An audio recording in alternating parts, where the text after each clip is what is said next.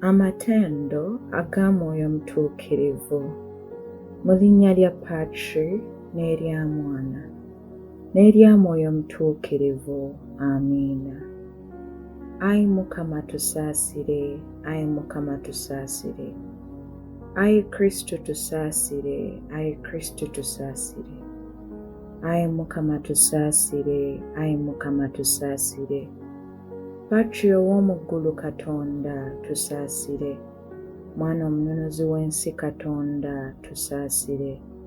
Mwoyo Omutuukirivu Katonda tusaasire.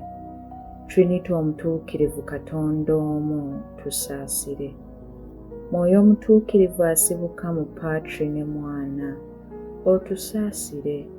Mwoyo Omutuukirivu ali ekimu ne Patri ne Mwana otusaasire.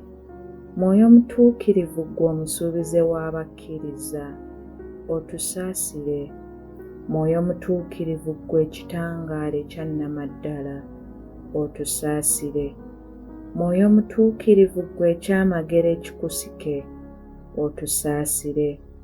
Mwoyo Omutuukirivu ggwe ensulo y'oluzzi olw'obulamu otusaasire. Mwoyo Omutuukirivu ggwe nsibuko ya buli kirungi kyonna otusaasire. Ggwe engule etayonooneka otusaasire. Ggwe omulwanirizi w'emyoyo gyaffe otusaasire. Ggwe amaanyi g'abaterebuka otusaasire. Mwoyo w'amagezi otusaasire. Mwoyo w'okutegeera otusaasire. Mwoyo w'okubuulirirwa otusaasire. Mwoyo w'amaanyi otusaasire. Mwoyo w'okumanya otusaasire. Mwoyo w'obujjumbizi bw'eddiini otusaasire. Mwoyo w'okutya Omukama otusaasire. Mwoyo w'amazima n'okwagala otusaasire. Maanyi g'Ekereziya otusaasire. Omumuli gw'ebikusike otusaasire. Tawaaza ya kigambo otusaasire. Mukka ogw'obulamu otusaasire. Mukubagiza w'abanaku otusaasire. Ssuubi ly'abalwadde otusaasire. Muddaabiriza w'emyoyo otusaasire. Muwanirizi w'amaka otusaasire. Mugunjuzi w'abaana otusaasire. Mulyoyi w'abavubuka otusaasire. Mutabaganya w'abasowaganye otusaasire. Mukkakkanya w'abeekuza otusaasire. Munyeenye ey'oku nnyanja otusaasire. Mwoyo ajjudde buli kirungi kyonna otusaasire. Ayi Mwoyo Omutuukirivu gwatukkamu n'otuzza buggya tukusaba otuwulire. Ayi Mwoyo Omutuukirivu tutangaaze tutegeere ebigambo bya Kristu tukusaba otuwulire. Ayi Mwoyo Omutuukirivu tusseemu omutima ogugondera amateeka ga Katonda tukusaba otuwulire. Ayi Mwoyo Omutuukirivu tusseemu omutima ogujjudde okwagala tukusaba otuwulire. Ayi Mwoyo Omutuukirivu twagaze okulwanirira ekkulu ery'obulamu tukusaba otuwulire.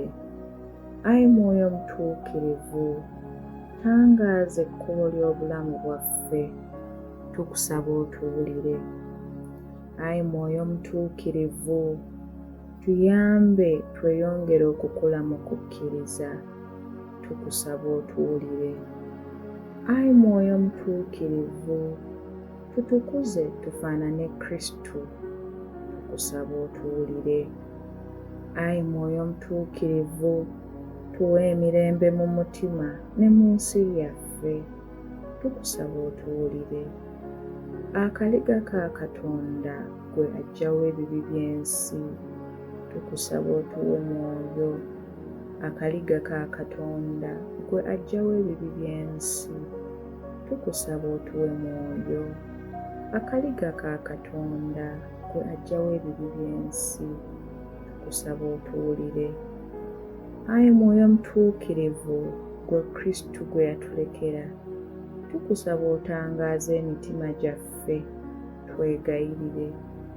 Ayi Mwoyo Omutuukirivu, gwe Kristu gwe yatulekera okutuluŋŋamya n'okututangaaza, tujjuze okukkiriza, okusuubira wamu n'okwagala, tulyoke tusambyeko mu luwenda Kristu lwe yatutemera, nga tuli ekereziya omu atwala mu kulokoka. Tuwe okutegeera n'okukolerera obwakabaka bwa Katonda, nga tuyisa amayisa amalungi, bwe tutyo tubeere ekitangaala ekyakira ensi yonna.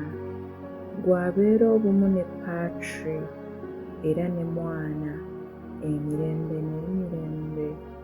Amiina. Mu linnya lya Patri n'erya Mwana n'erya Mwoyo Omutuukirivu. Amiina.